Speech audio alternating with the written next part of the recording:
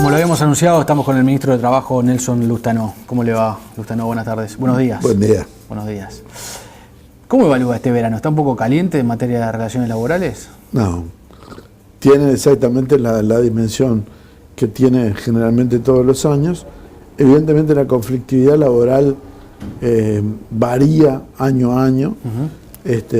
En el verano se produce un descenso. Yo no creo que esto sea un plus, sino que muchas veces también hay muchas ausencias de noticias y bueno, parecen más explosivas estas noticias.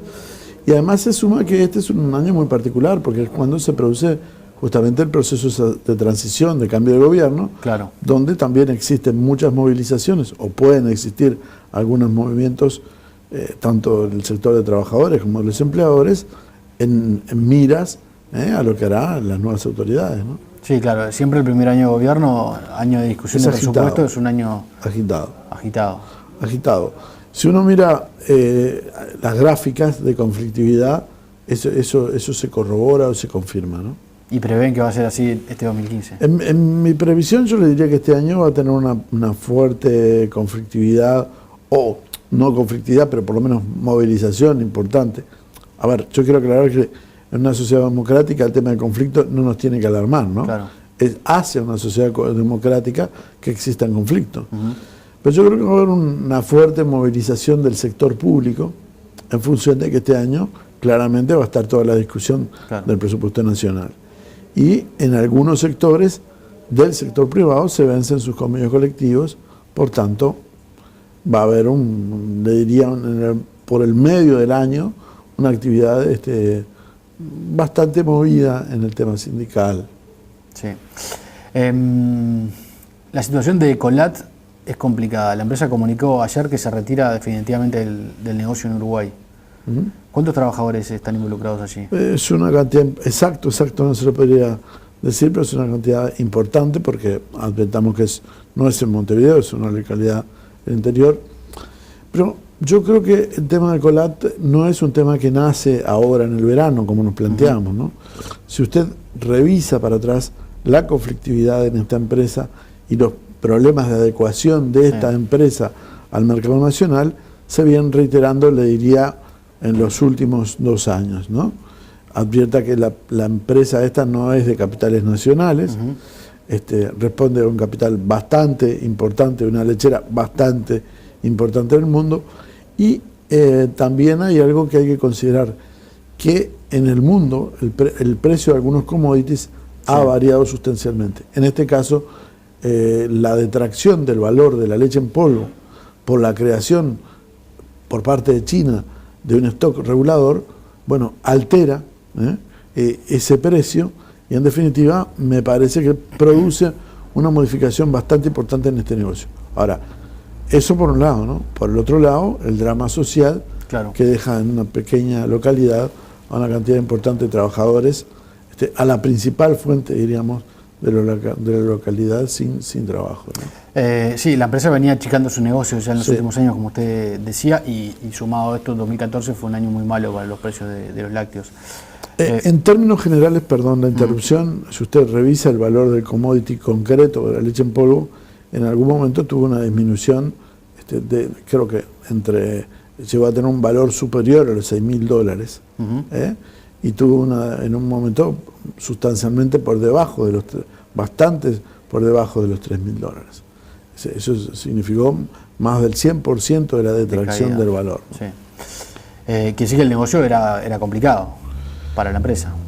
Bueno, yo no soy empresario, ¿no?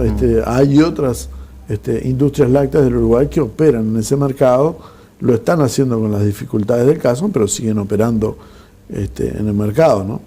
Tal vez el problema es que esta empresa no participaba del mercado local. Claro. Entonces, eso me parece que da un fuerte cambio en el tipo de negocio que tenía, pero yo creo que además que en esta empresa durante tiempo debió de venirse haciendo algunos cambios previendo este cambio de situación, valga la redundancia, ¿no? Es decir, debió de preverse alguna transformación. ¿Y no se hizo eso?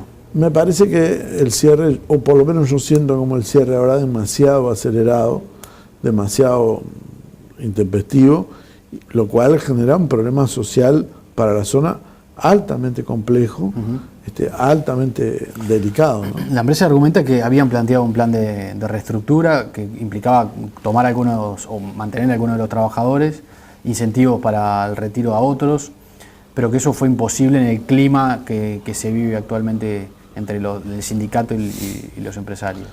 Bueno, yo no le atribuiría el problema al sindicato, ¿no? Porque acá usted advierte que hay una decisión empresarial de retirarse del mercado. Sí. Como todo, hay que ponerse en el otro lugar aquí, ¿no? Puede ser que la empresa tuviera, por los hechos que yo le planteaba, por los hechos internacionales, que tuviera dificultades en el negocio, ¿no? Pero yo no creo que el cierre de la empresa se deba exclusivamente a la posición intransigente de los trabajadores. Es decir, los trabajadores han buscado alternativas, se han formulado algunas alternativas, se han formulado contrapropuestas de reducir de una manera diferente, menos traumática. Hay siempre alternativas, desde envíos al seguro de paro, rotaciones. ¿El diálogo con el Ministerio de Trabajo como intermediario, cómo venía desarrollándose? El diálogo se desarrolló en los términos que se desarrollan prácticamente con empresas en estas situaciones. No tuvo ninguna particularidad que usted diga, esto se hace inviable, ¿no? Hubo que separar a las partes porque se agredían tremendamente. No, obviamente, yo me pongo en la situación de unos y de otros. Yo estoy tratando de salvatar mi empresa, pero obviamente del otro lado estoy tratando de salvatar mi fuente de trabajo. Es decir, la única fuente de ingresos que tiene esa gente es ese trabajo. Sí. Entonces es imposible que fueran a negociar en una situación absolutamente tranquila, ¿no? Cuando uno negocia estos temas, los negocia especialmente apasionadamente, ¿no? Porque le va el sustento de su propia familia. Y del otro lado tenía una empresa multinacional, ¿no? El diario El País informó el domingo que incluso hubo amenazas a los gerentes de la empresa que se cuidaran de las balas que podían aparecer por ahí, digamos, amenazas un poquito subidas de tono, ¿no? Sí, a mí eso, yo soy honesto, no me consta, ¿no? No estuve participando, nunca, en presencia mía nunca escuché eso, ¿no? Pero, yo le digo en mi presencia, ¿no? ¿Cuánto influye que fueran exactamente capitales extranjeros? ¿Usted cree que eso también tiene que ver con cómo se resuelve la situación? Muchas veces, claro, porque muchas veces el capital nacional, ¿no? La empresa nacional, evidentemente tiene su centro de operaciones en el país y quiere que se mantenga el centro de operaciones en el país. Eso parece como súper central o súper trascendente. En este caso no era un capital propiamente nacional, ¿no? Es un capital ajeno al país que tiene operaciones en diferentes lugares, por tanto, tal vez aparecía una suerte no le diría, por una actitud mucho más fría, menos comprometida con la realidad. Si usted vive aquí, si usted tiene planteada su empresa aquí, sí, bueno, no es tan fácil levantar e irse, porque esto supone abandonar el negocio totalmente. Claro. En cambio aquí, bueno, ellos tienen el centro de operaciones en otro lugar, Uruguay dejó de ser un mercado apetecible, tal vez. Claro. O dejó de producirse. ¿Pero ustedes habían divisado una actitud oportunista de parte de la empresa hasta ahora o simplemente no cerraron, en un momento no cerró el negocio? Y yo no puedo decir, eso no lo podría calificar. Lo que sí me parece es que se había planteado una reducción de actividades, sí, o ellos anunciaban una reducción de actividades. De ahí a un cese de actividades rápidamente. Bueno, le voy a decir a mí eso no como ministro, como uruguayo me incomoda, ¿no? Porque cuando usted hace una inversión en un país, bueno, ve algunas situaciones o espera que el capital que está haciendo las inversiones tenga alguna cierta consideración de cómo van a ser sus operaciones. Y no que intempestivamente de repente cambie su decisión. Nosotros, al igual que los trabajadores, recibimos en algún momento un aviso de reducción de las actividades. Sí. Siempre frente a una reducción, usted le queda la posibilidad de decir, bueno, es posible ayudar en esa etapa de reducción, es posible utilizar todos los medios claro, que están, digamos, en la manga del Ministerio de Trabajo, y ayudar a recomponer esa situación. De a poco, como le decía, con seguro de desempleo, con posibilidad de reducción de tiempo de trabajo, con despidos parciales, con despidos totales, pero también que quede una puerta abierta por si el negocio vuelve a crecer, esa gente vuelva a ser retomada, ¿no? ¿Qué pasa ahora? La empresa ha dicho que va a cumplir con sus obligaciones, digamos, que cierra el negocio, pero va a cumplir con sus obligaciones. Bueno, es lo de esperar, ¿no? Que cumpla con sus obligaciones. ¿El ministerio tiene garantías de eso? ¿Puede tenerlas? No hay, son las mismas garantías que existen para cualquier empresa. Claro. En realidad las garantías son el derecho uruguayo, ¿no? Las posibilidades que les puede vender el derecho a los trabajadores, por ejemplo, de adoptar un embargo cautelar, claro, en el caso de ver una operación de cese, de ver que puede verse frustrado su derecho. A nosotros nos gustaría que esto no ocurriera y que la decisión no fuera irreversible. ¿Pero cree que hay margen para eso? Bueno, es siempre lo que intentamos en el Ministerio de Trabajo. ¿Hablaron con las autoridades de la empresa en estas horas? En lo personal no, pero ayer fue la comunicación, ¿no? En lo personal yo no he hablado, pero ha estado liderando este proceso un poco Luis Romero. Sí. Pero bueno, hoy, una vez que salgamos aquí, volveremos a hablar con Romero para intentar hablar con las autoridades locales y si tenemos que hablar con las autoridades de la Casa Matriz, también para ver alguna posibilidad de reversión de la medida que es extremadamente dura, ¿no? Uh-huh. Otra de las situaciones conflictivas se da con algunas empresas contratadas por Antel por estos días, por una decisión de la propia empresa de reducir su inversión y por lo tanto, tener menos trabajo para esas empresas o reclamar menos trabajo para esas empresas. ¿Esa situación le preocupa al Ministerio? Bueno, siempre al Ministerio le preocupan todas las situaciones conflictivas. Aquí en el caso usted advierta justamente lo que decíamos recién, una situación absolutamente posicionada desde otro punto de vista. Acá estamos hablando de una empresa nacional, pero no solo una empresa nacional, sino una empresa pública. Sí. Tal vez lo que la empresa pública lo que esté haciendo, tal vez no es el cese en este tema, ni una reducción drástica, sino tal vez sería un reposicionamiento de cómo va a manejar sus inversiones. No debemos olvidar, vuelvo a insistir, que estamos en un proceso donde está toda la transición de por medio, donde justamente quien preside va a pasar a dirigir un ministerio y donde eventualmente frente a la nueva dirección para este ente va a tener que tomar ciertas decisiones, va a tener que encauzar su negocio a su modalidad, claro, a su forma de ver. ¿Usted cree que eso está influyendo también en este momento? Yo creo que esto influye decisivamente en este momento. Nosotros vamos, en el día de antes de ayer, tuvimos una conversación informal con el presidente de la industria de la construcción, Ignacio Tei, sobre este punto, porque nos preocupaba, también le preocupa a la Cámara de la Construcción.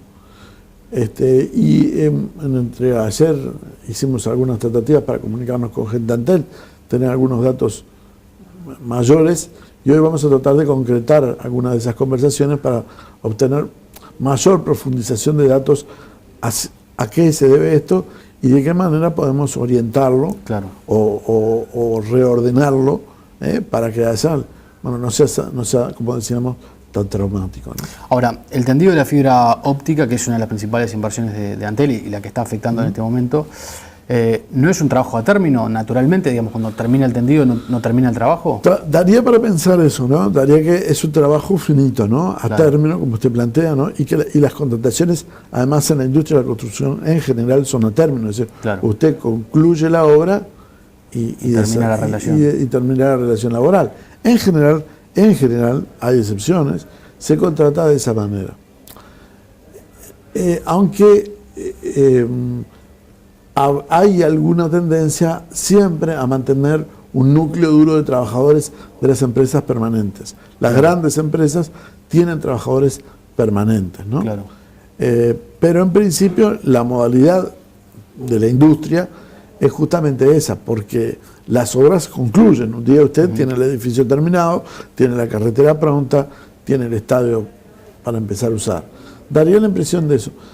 Yo creo que mi impresión es que lo que está aconteciendo aquí es un enlentecimiento de las obras, porque el organismo estará tratando de redireccionar las inversiones, o o de alguna manera, capaz que esto es solo especulación, yo insisto, no lo he hablado con la presidencia de Antel, tal vez lo que está haciendo es, bueno,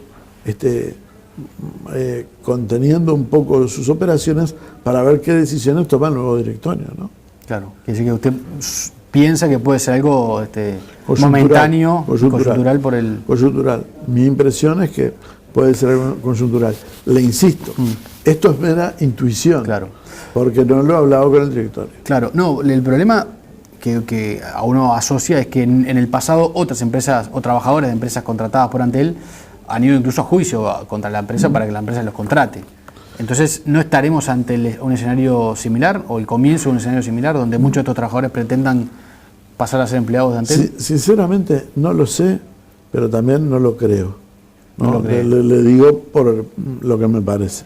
No lo sé ni lo creo. Ahora, le insisto, si esta conversación la tuviéramos después de que yo tenga algunos contactos con el directorio de Antel, claro, tal vez tenga mayor información, pero hoy no me parece que eso sería lo lógico de acontecer.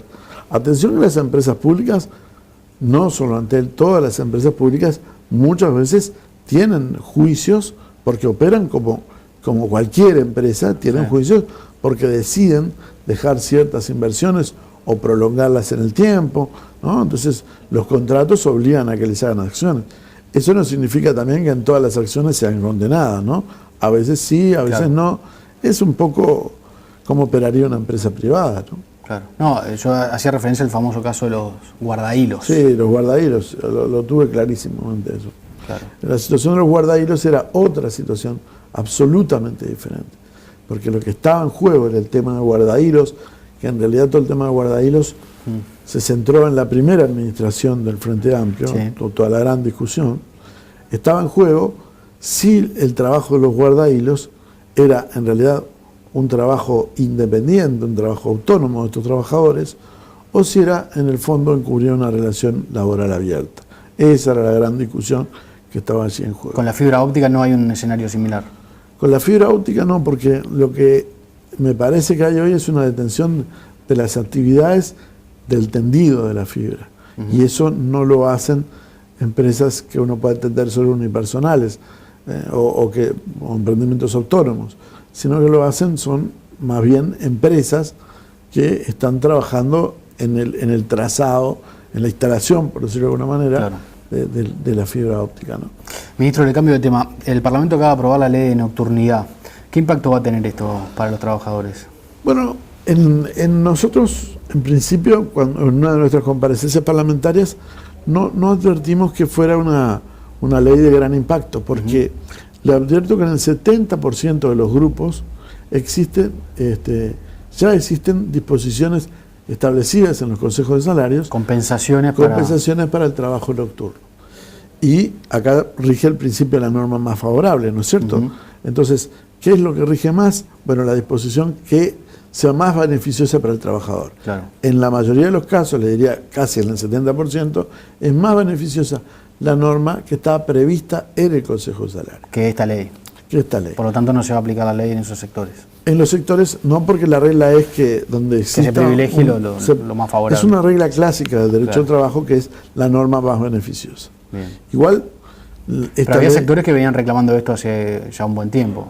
Básicamente el sector, en mi juicio, que más se va a ver beneficiado es el sector de la seguridad. Claro, que es un sector que ha crecido mucho, además. Es un sector que tiene una cantidad importante de trabajadores, pero que a través de la negociación colectiva no se habían beneficiado de obtener estas primas por nocturnidad. Hay que tener en cuenta dos cosas, me parece, en el campo de la información, ¿no? En primer lugar, que la ley establece una sobretasa del 20%. Cobra un 20% más. Exacto. La persona que hace... Pero no solamente quien trabaje nocturno un ratito, sino que tiene que tener un mínimo de 5 horas. Ahora le voy a preguntar sobre eso porque eso no es un punto nada menor. Okay. Pero ¿en qué horario es la nocturnidad? La nocturnidad en principio está definida entre las 22 y las 6 horas. Las 22 y las 6 horas de la mañana. Exacto. Y además de los trabajadores de la seguridad, ¿qué otro sector se va a ver beneficiado? Bueno, en general, la ley, como usted sabe, tiene alcance general. Claro. Ahora, en otros trabajadores doy siempre el mismo ejemplo. Por ejemplo, perdón la redundancia, ¿no? Pensemos en el sector gastronómico, pensemos en un bar. Ahí hay una disposición que tiene una sobretasa para el trabajo nocturno. Pero esa sobretasa opera automáticamente cuando yo empiezo ya inicialmente a hacer el horario nocturno.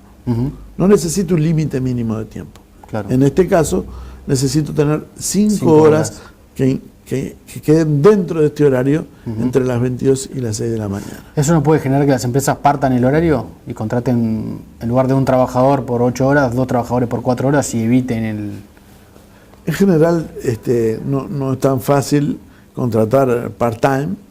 La situación del mercado de trabajo en Uruguay no es una situación de trabajo que exista un alto desempleo que a usted le permita jugar con eso. Hoy, en la situación actual, es difícil, cualquier empresario se lo dice, es difícil conseguir trabajadores, porque hay mucho empleo. Claro. Mire las tasas de empleo, el desempeño del desempleo, y uno advierte que hay mucho trabajo.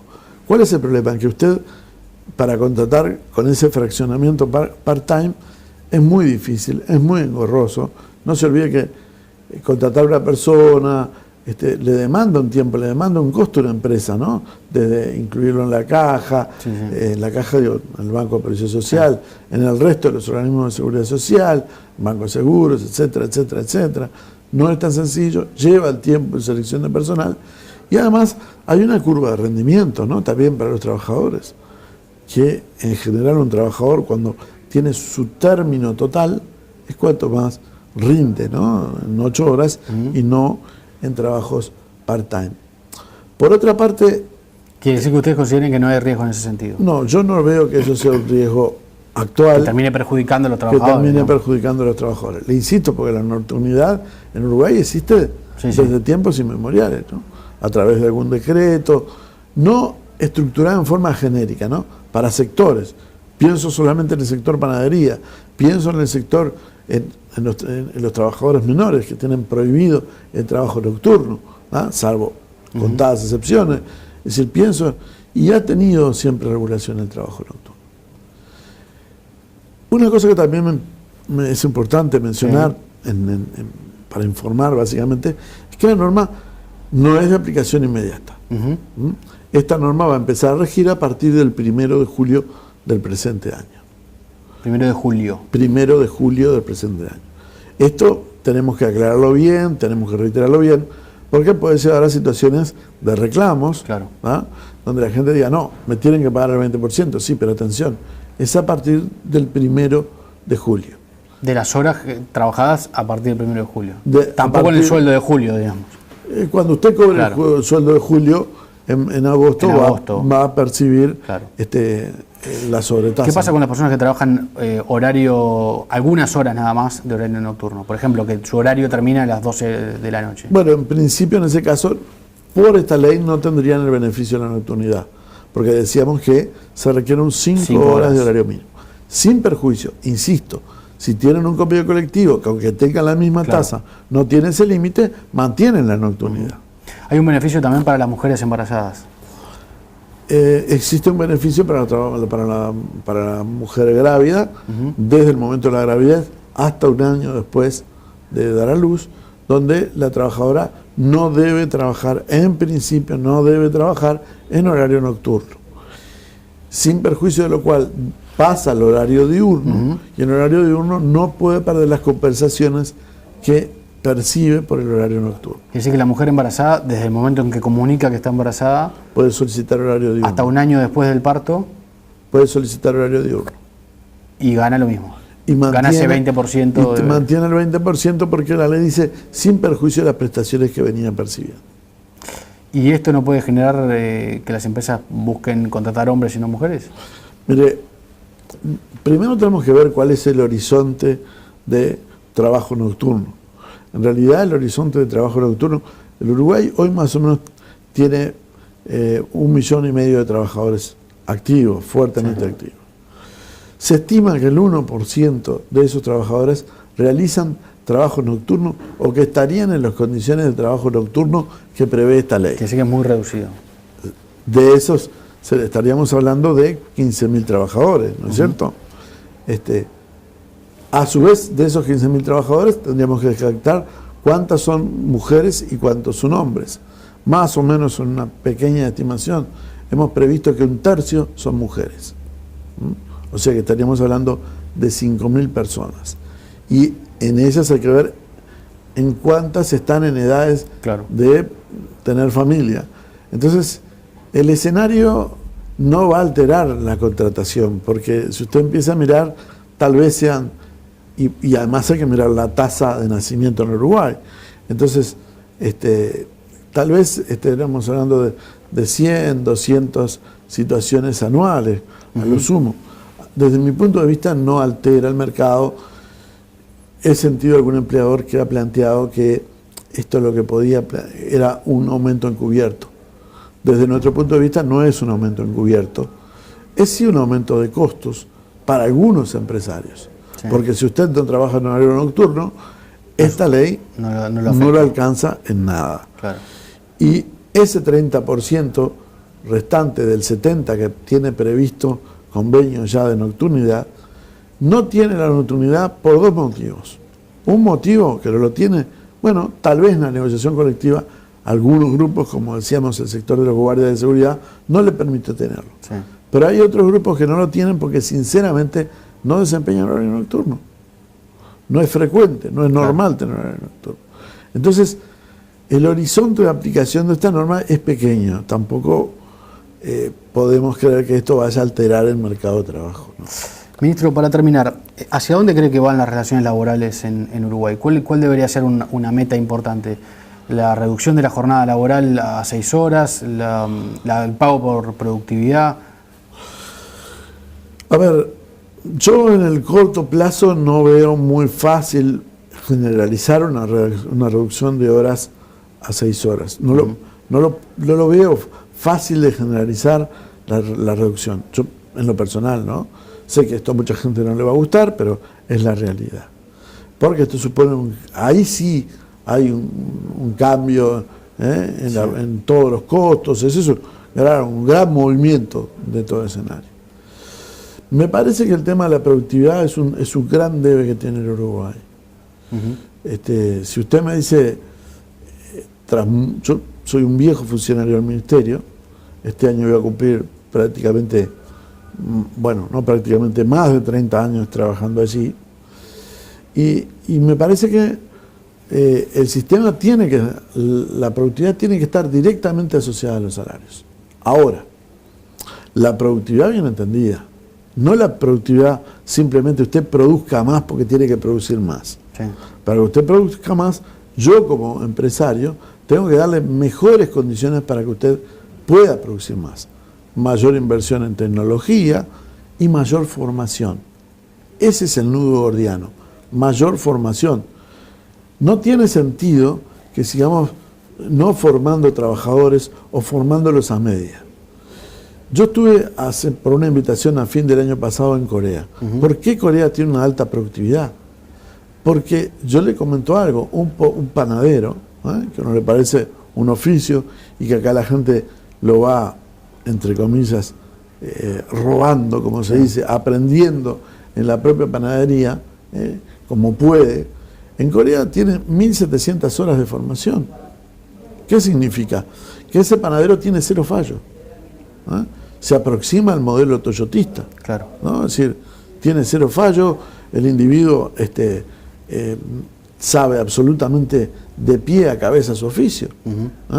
Pero a su vez también las empresas no solo invierten en ese hombre, en formarlo, ¿no? Porque no es solo un problema de que invierta el Estado, las empresas tienen que darse cuenta que esto redunda para ellos, sino que también le dan los medios técnicos, los adelantos, todos los adelantos que pueda haber, toda la tecnología que pueda haber, lo último que hay en el mercado, para que ese individuo produzca más y mejor. Me parece que esa es la gran discusión del Uruguay, se asocia a una gran discusión del sistema educativo, que se tiene que aproximar más al mundo del trabajo. Yo no puedo seguir formando en cualquier campo, ¿no? Ya se trate de profesionales, ya se trate de tecnólogos, ya se trate de lo que se trate, si no miro el mercado de trabajo. sino miro las necesidades del mercado de trabajo y cómo cambia el mercado. Y hoy está quebrada esa relación. Yo no creo que esté quebrada. Me parece que tal vez no hemos sabido ordenarlo suficientemente. Cuando digo no hemos sabido, no digo no ha sabido el Ministerio de Trabajo. El sistema de relaciones laborales es triangular, es tripartito. Quienes tienen responsabilidad en esto son las tres partes. La formación, el INEFOP, está a cargo de las tres partes. Sí. Y tienen que darse cuenta que allí es la posibilidad de un salto cualitativo. La formación de trabajadores supone que el trabajador perciba un mejor ingreso porque está más calificado. Es el momento del salto de calidad. Y a usted le permite producir, no seguir produciendo cosas con menor valor agregado. Usted le va a poner cada vez más valor agregado, más sapiencia. Sus trabajadores van a poner, cuanto más sepan, van a ponerle más a eso. Ese es el salto que me parece que da. Es un salto que el Estado lo tiene semicomprendido. Yo solo pienso en cómo han evolucionado las empresas públicas a lo largo de los últimos años y la verdad han invertido en formación de sus trabajadores muchísimo y con muy buen éxito. A nivel privado está más rezagado. Me parece que ahí está, pero ahí yo haría algunos cortes, ¿no? Hay empresas que invierten muy bien y hay otros que esperan del Estado. Cuando siempre se le reclama al Estado, también los privados tienen que hacer algo. Pero también los trabajadores tienen que asumir ese compromiso, es decir, nos tenemos que formar y reformar. No puede ser que sea un país de turismo, como vivimos hablando de un país de turismo, y que usted de repente va a un shopping y prácticamente nadie habla inglés.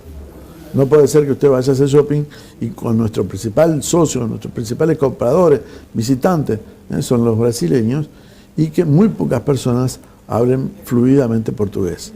Esas cosas hacen a la productividad. Que un trabajador sepa dónde están los riesgos de su trabajo para evitar siniestros y que se le den todas las herramientas para evitar siniestros, es decir, todos sus elementos de producción, de protección, eso hace la productividad. Ahí la construcción ha hecho cosas, no solo en los siniestros, sino también en la formación de los trabajadores. La construcción, ¿no?, ha apuntado a donde hay que apuntar. Sí. A mí me parece que el subsistema de relaciones laborales de la construcción ha mirado lo que hay que mirar, ¿no? Ambos, interlocutores sociales con mucha estrategia han visto dónde está el problema, ¿no? Formación. Cada vez un trabajador de la construcción en general tiene, mire, por el último convenio tiene por el último decreto tiene horas de inducción en materia de seguridad. O sea, usted no entra a una obra a ojos cerrados. Y empieza a trabajar al otro día. Empieza a trabajar al otro día. Se le induce, se lo prepara. Y además también se lo forma. Entonces, me parece que ahí se entendió cuál es el salto que hay que dar. Me parece que muchos deberíamos seguir ese ejemplo en otras áreas, incluyendo, como les decía, el Estado. O sea, no el Estado de las empresas públicas, el Estado central, que está haciendo algún esfuerzo, pero esto supone también, convengamos, medios importantes para hacerlo, ¿no? Ministro, muchas gracias por haber venido. Por favor, a la zona.